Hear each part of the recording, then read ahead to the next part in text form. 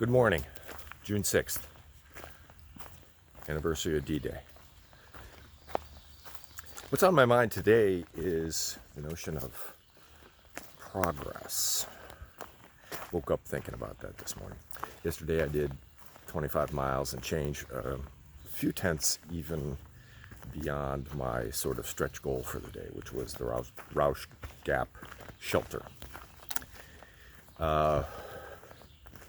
It was a lot of miles. Not going to do 25 today. I didn't even wake up until the time that I was hiking yesterday. So if I hike really hard again, 25 isn't happening.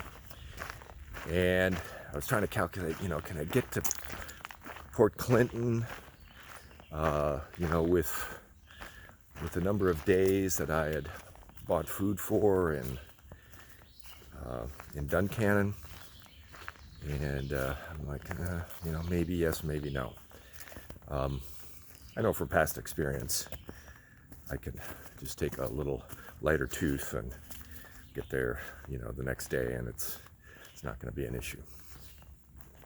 But in a more general sense, I was thinking about progress in the Appalachian Trail. So the Appalachian Trail goes from a specific point in Georgia to a specific point in Maine.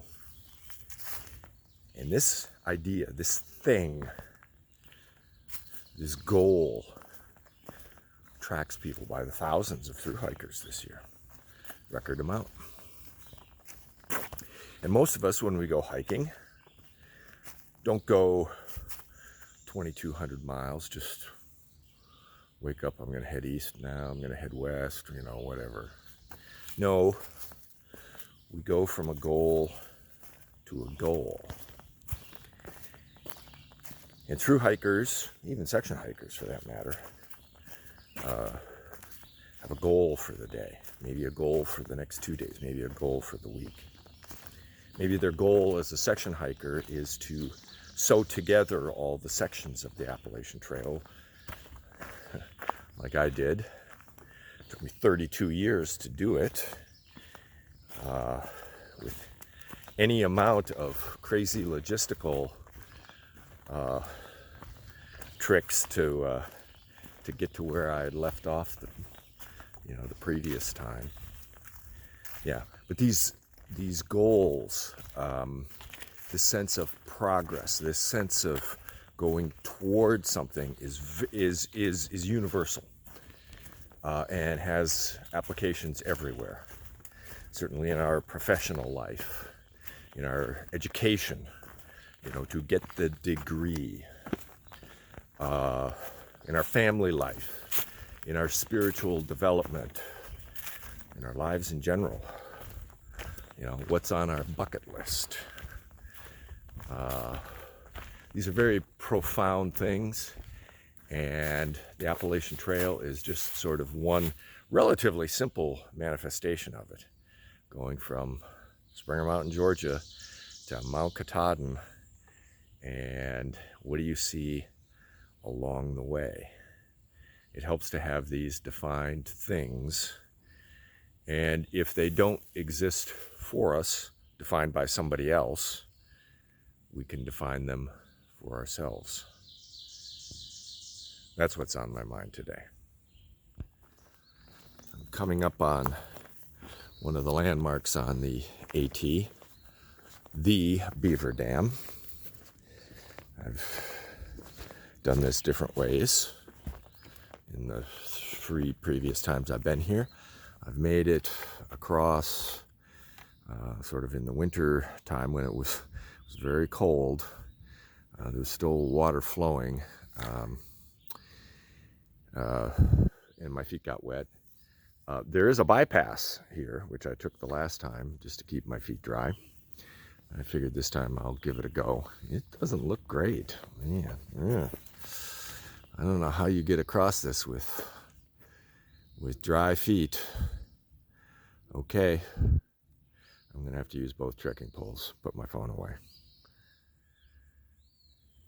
Okay, well, I made it across. I just have a little mud flat here, but that's not a challenge. My ultras have very little freeboard.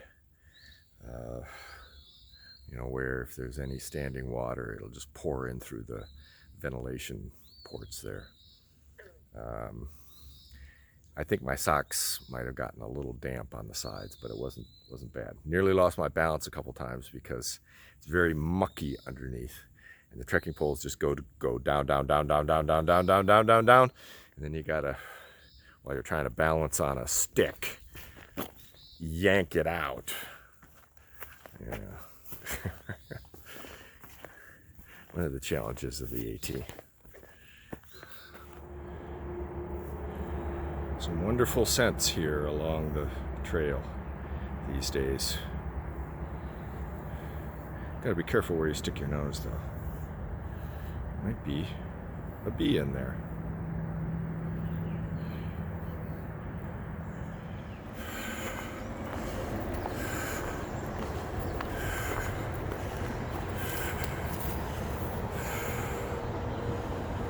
That's where we cross the river.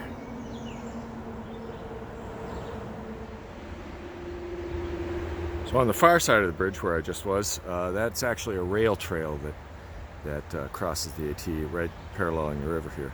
And this is another, you know, bike path, walking path the AT is going to go on back behind me. But this is obviously a canal, and so I'm guessing that this path was not a rail trail, but was like the C&O Canal towpath, in that it was the towpath for the draft animals pulling the barges through, you know, back in the day. This appears to be one of the locks.